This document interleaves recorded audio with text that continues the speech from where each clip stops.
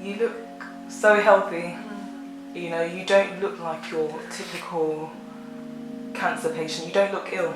Yeah. So how's that been for people to empathise? Yeah.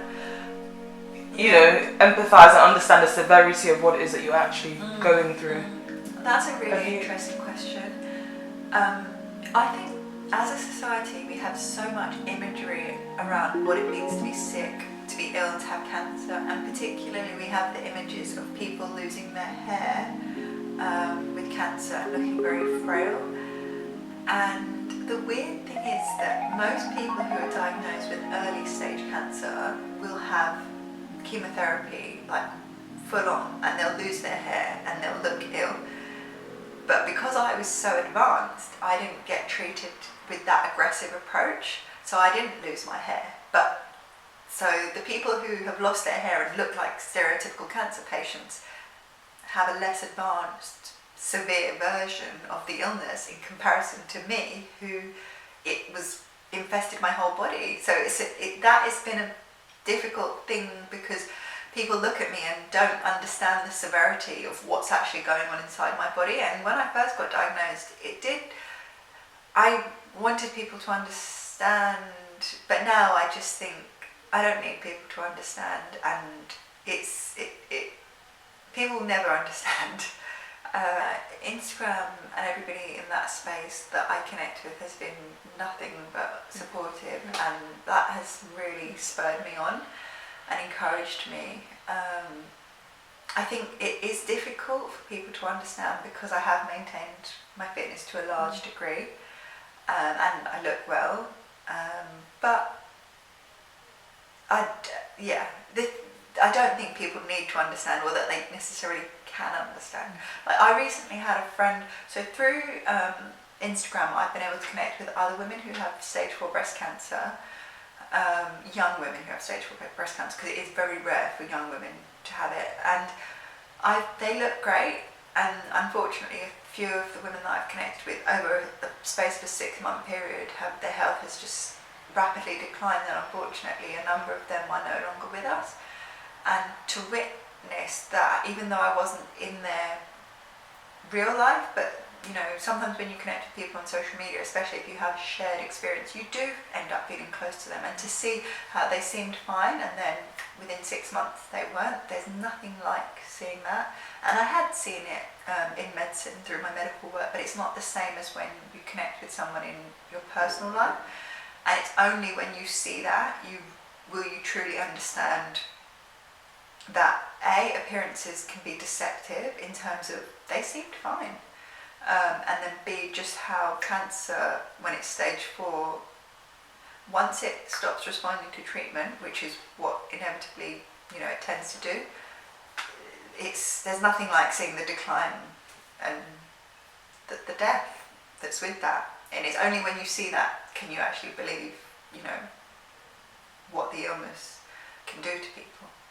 You've got a really powerful mindset and attitude towards everything that's being thrown at you, and I always wonder, like with your haircut, how did that come about?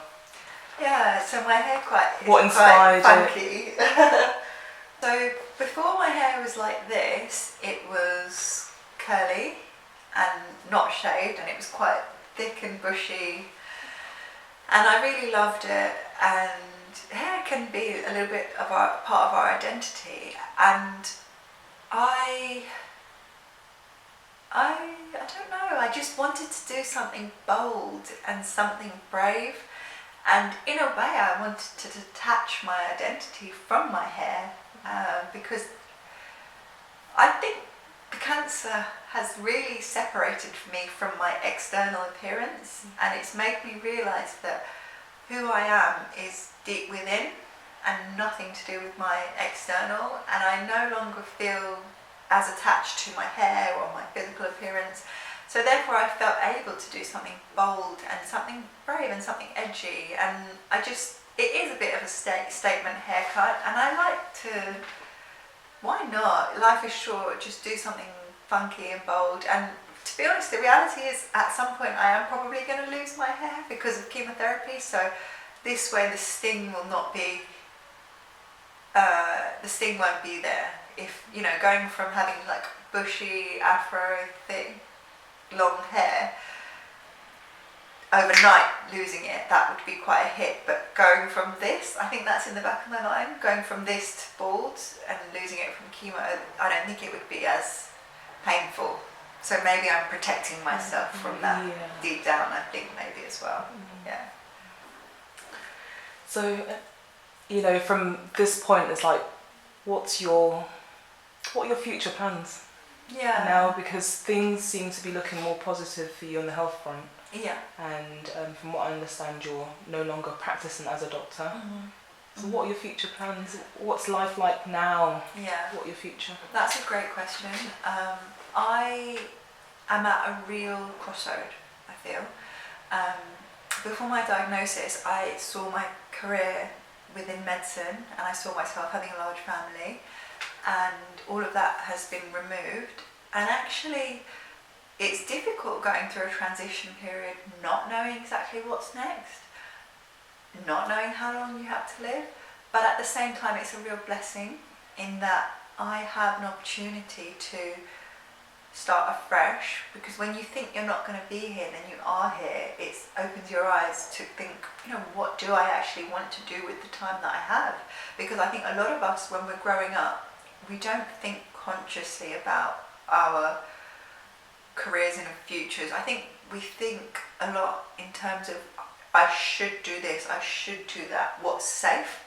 But when you're no longer safe and you feel like you're living in borrowed time, there is true freedom in that in terms of what you do next. So number one priority for me is nurturing my relationship with my daughter. Before my diagnosis, I didn't have as much time with my daughter in terms of physically being present, but also mentally being present, because I was on the grind of the career ladder and I would often take work home with me and things, so I wasn't present. So the first thing is nurturing my relationship with my daughter and my husband and people in my life and being present with that.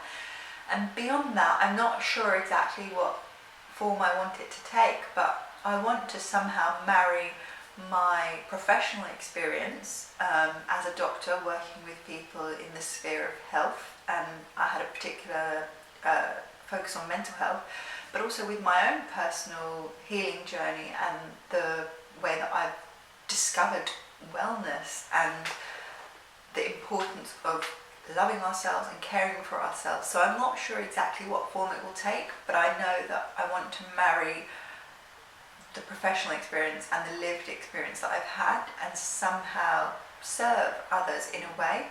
I don't know how I'm going to serve others, but I know that that's something that's important to me, and just to share my experience. And I'm really big on self-empowerment and us not always looking externally for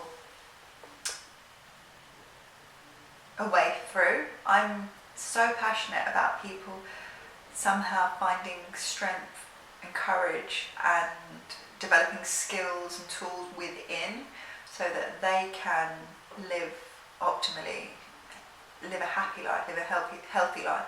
Those things are key to me, and I haven't exactly figured out exactly how I'm going to bring all of those things together. I'm still very much in active treatment, and I'm going to be having intensive radiotherapy soon. But yeah, somehow in the future I look to bring those things out. The message that I would like to share is the fact that you're never too young to have cancer, and that it can affect all people of all different ethnicities.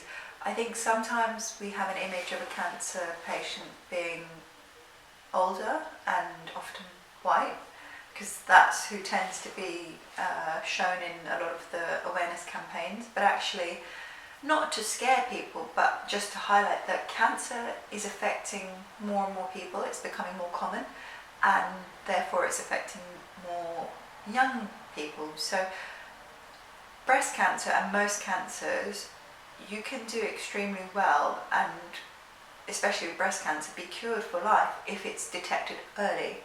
And fortunately with breast cancer, you can self-examine, and not always, but often you can look for changes in the breast area. So that would be a lump, or discharge from the nipple, or just the external appearance of the breast looking different in some way, in terms of shape or size compared to the other one, or skin changes, discoloration. But the key is, if we feel our breasts or our chest area once a month, then if something changes, we'll be more likely to realise that. And if it's picked up early, treatment is challenging, but most people can be cured and live long lives. So the message I would say is that, no matter how young you are, just examine once a month, and if any concerns, just go to your doctor and get it checked out.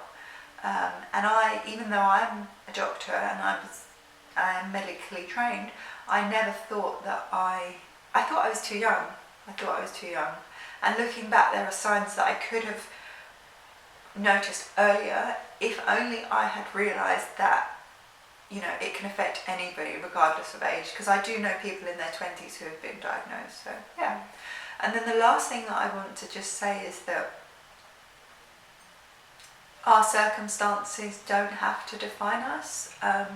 We can rise above the challenges that this life is going to throw at us, and it's just about finding a way for you to thrive and live and be happy despite whatever's going on, because our circumstances don't have to dictate our level of happiness. Yeah.